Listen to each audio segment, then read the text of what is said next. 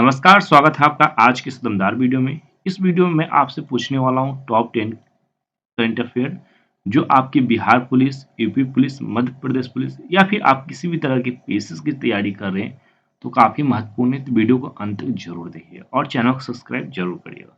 पहला प्रश्न आपके डिस्प्ले पर दिखाई दे रहा है। प्रश्न बोल रहा है, कौन सा बैंक क्रेडिट कार्ड आधारित यूपीआई भुगतान की अनुमति देने वाला पहला पीएसबी बन गया है? प्रश्न फिर से सुनिएगा, कौन सा क्रेडिट कार्ड आधारित यूपीआई भुगतान देने वाला पहला पीएसबी बन गया है? 5 ऑप्शन आपके डिस्प्ले पर दिखाई दे रहे हैं। इन 5 ऑप्शन में से जो भी आपको ऑप्शन सही लग रहा है, मैं जब तक 5 तक काउंट करूंगा आप कमेंट में ए, बी, सी, डी या ई में से कोई एक आंसर दे सकते हैं। चलिए आपका समय शुरू होता है अब। 1 2 3 4 5 समय की समाप्ति होती है। इसका आंसर होगा option number A. Canara bank जो है यूपीआई के ऊपर क्रेडिट कार्ड देने की बात कही जा रही है और ये देश का पहला सार्वजनिक क्षेत्र बैंक बना हुआ है। प्राइवेट सेक्टर का जो बैंक है पहला बना है। कौन सा बैंक बना है? तो केनरा बैंक बना हुआ है। अगर कोई क्वेश्चन पूछ दिया जाए कि देश का पहला प्राइवेट बैंक के नाम बताइए जो क्रेडिट कार्ड पर आधारित यूपीआई भुगतान की अनुमति देता है, तो बैंक होगा केनरा बैंक। बात समझ में आ गई बच्चे? चलिए अगले प्रश्न की तरफ हम चलेंगे। अगला प्रश्न आपके डिस्प्ले पे है और उम्मीद है आप जल्दी से इसका उत्तर दे देंगे। प्रश्न बहुत अच्छा है। प्रश्न क्या पूछ रहा है? हाल ही में लॉन्च की गई एक पुस्तक है द योग सूत्र ऑफ चिल्ड्रन, इसके किसने लिखा है आपको बताना है। हाल ही में एक पुस्तक है जो लॉन्च किया गया है और बहुत ही प्रसिद्ध लेखक है और इन 5 में से एक ऑप्शन सही होगा। आपको एक ऑप्शन चुनकर बता देना है। हाल ही में लॉन्च की गई है, इन 5 में से एक ऑप्शन बताना है। आपका समय शुरू होता है अब। 1 2 3 4 5 समय की समाप्ति होती है। ऑप्शन नंबर डी रूपा पाई जो है इनका सही उत्तर होगा। इन्होंने नहीं एक बुक लिखा है जिसका नाम है द योग सूत्र ऑफ चिल्ड्रन, जारी की गई है और ये बुक काफ़ी अच्छी है। अगर आप लोग नहीं पढ़े हैं तो जाकर जरूर पढ़िएगा, जहाँ रोजमर्रा के जीवन में योग का क्या असर पड़ेगा बच्चों के ऊपर और उनसे कैसे ऊर्जा मिलेगी, इसी के ऊपर बात कही जा रही है। आप इसे जाकर अगर रीड करना चाहें या फिर अपने बच्चों को पढ़ाना चाहें तो जरूर पढ़ाइएगा।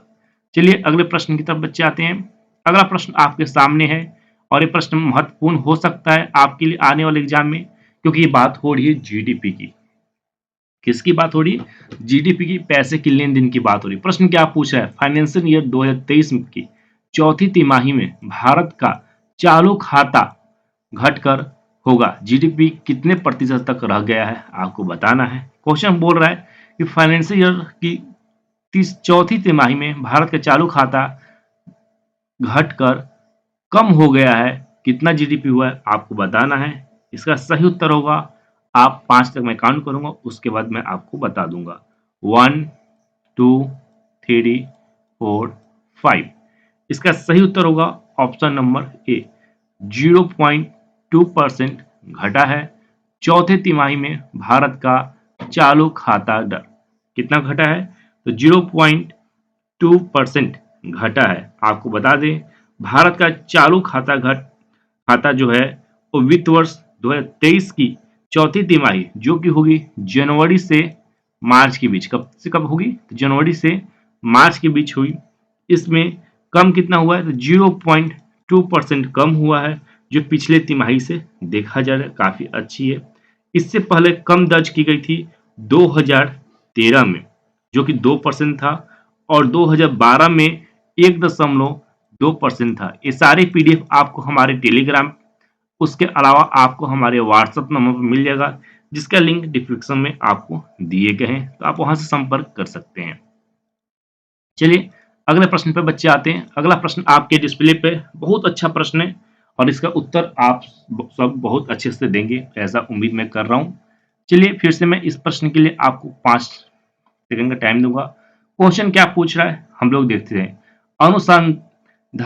अनुसंधान चिंतन शिविर का आयोजन किसने किया? फिर से सुनिएगा, अनुसंधान चिंतन शिविर का आयोजन किसने किया? प्रश्न सुन लिया आपने, अब उत्तर दीजिए। 5 सेकंड का समय है। 1 2 3 4 5। 5 सेकंड का समय है। 5 सेकंड में आपको उत्तर देने हैं। समय की समाप्ति हो गई। इसका सही उत्तर होगा option number B. Option number B जो होगा वो बिल्कुल सही आंसर होगा। रक्षा अनुसंधान और विकास संगठन DRDO ने इन्होंने हाल ही में भारत में स्वदेशी रक्षा वितरण को बढ़ाने के लिए कितने तरह के, तो 75 तरह के चिंतन शिविर की आयोजन किया है। आपको बता दें DRDO की स्थापना 1958 में हुआ था और तब से लेकर अब तक ये भारत के अंदर भारतीय आर्मी और भारतीय सेना के लिए रक्षा उपकरण बना रहे हैं। इनके अध्यक्ष इस वक्त हैं डॉक्टर समीर वी कमत। इनके अध्यक्ष हैं और ये आत्मनिर्भर भारत में काम कर रहा है। चलिए अगले प्रश्न की तरफ चलेंगे। अगला प्रश्न आपके डिस्प्ले पर ये रहा। प्रश्न काफी अच्छा है और ये पूछा भी जा सकता है। पूछ क्या रहा है प्रश्न में पहले हम समझेंगे। दूसरा महिला यूरोपीय टूर इवेंट का खिताब किसने जीता? प्रश्न फिर से सुनिएगा। दूसरा महिला यूरोपीय टूर इवेंट का खिताब किसने जीता? आपको बताना है। आपके डिस्प्ले पर मैं 5 ऑप्शन दे रहा हूं।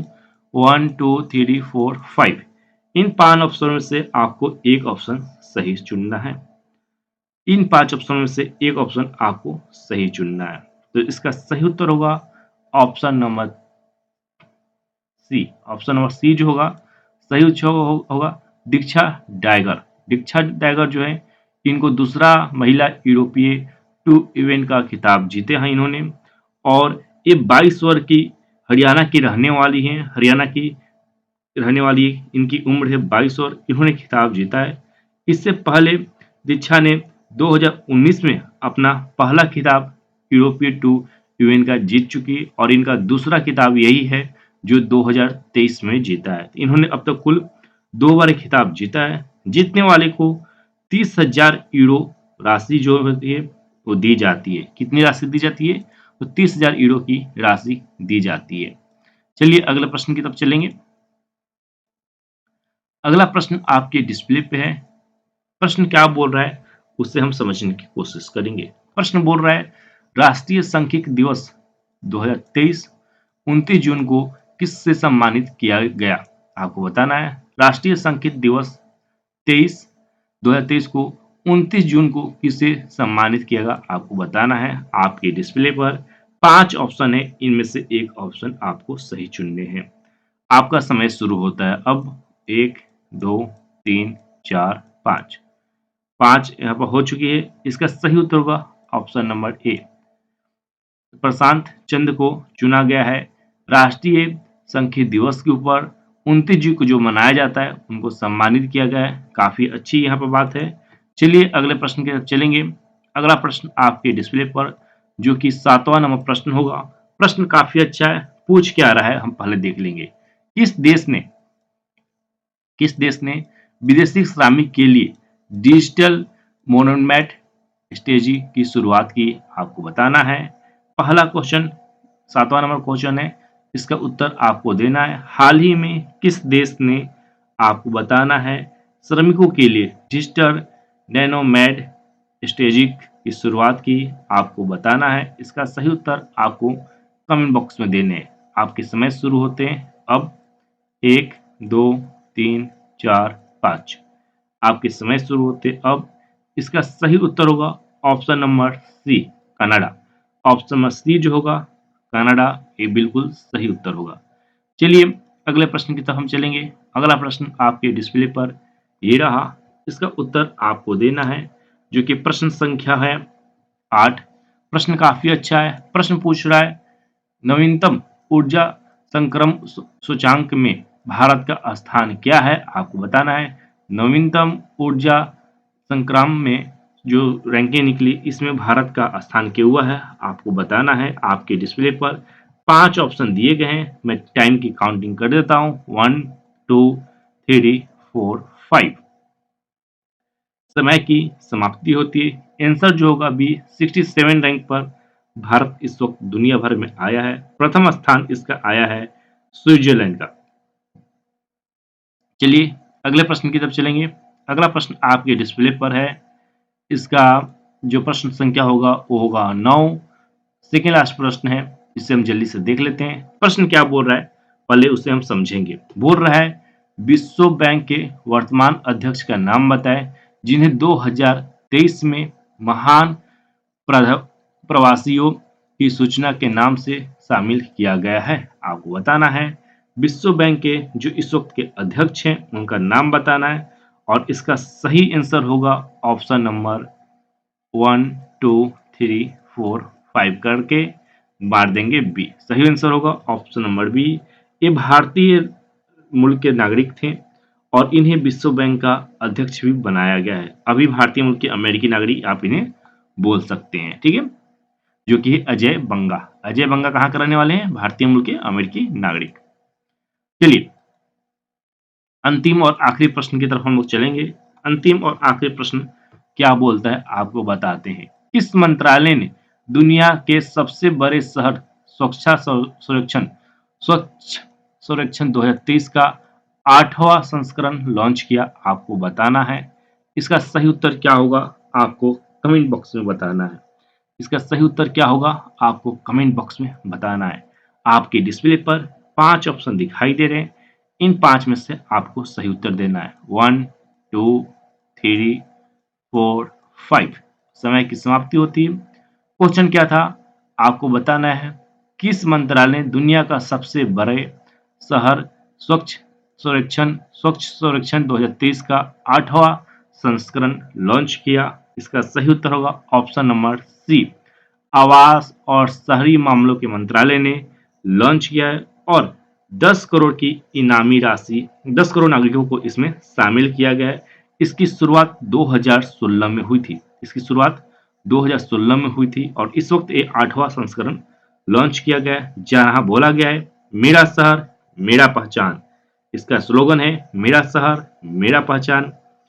इसका स्लोगन रखा गया है। चलिए इसी प्रकार के वीडियो देखने के लिए आप हमें सब्सक्राइब करके सपोर्ट कर सकते हैं और अपने ग्रुप जो है आपका उसमें इस वीडियो को शेयर करके अपने सहपाठी को भी सहयोग कर सकते हैं उनकी तैयारी में। Best of luck. जय हिंद।